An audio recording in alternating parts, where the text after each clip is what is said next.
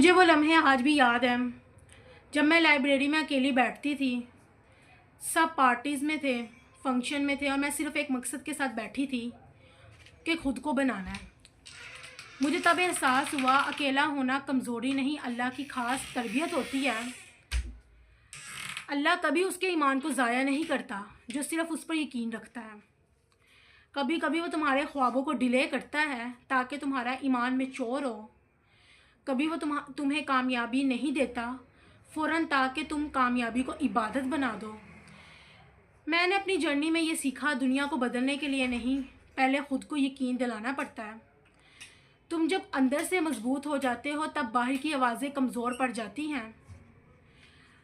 اب جب کوئی کہتا ہے تم سے نہیں ہو پائے گا, میں مسکرا کے کہتی ہوں اللہ کہتا ہے ہو جائے گا. یہ کہانی ان سب کے لیے ہے جو اپنے خوابوں کے ساتھ اکیلے ہیں, جن پر کسی کو یقین نہیں, مگر ان کے دل میں ایک چنگاری باقی ہے. وہی چنگاری ایک دن پوری دنیا کو روشنی دے گی.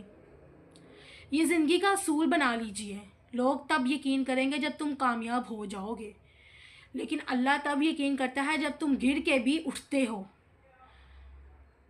رات کے 2 بجے کا وقت تھا, کمرہ اندھیرے میں ڈوبا ہوا تھا.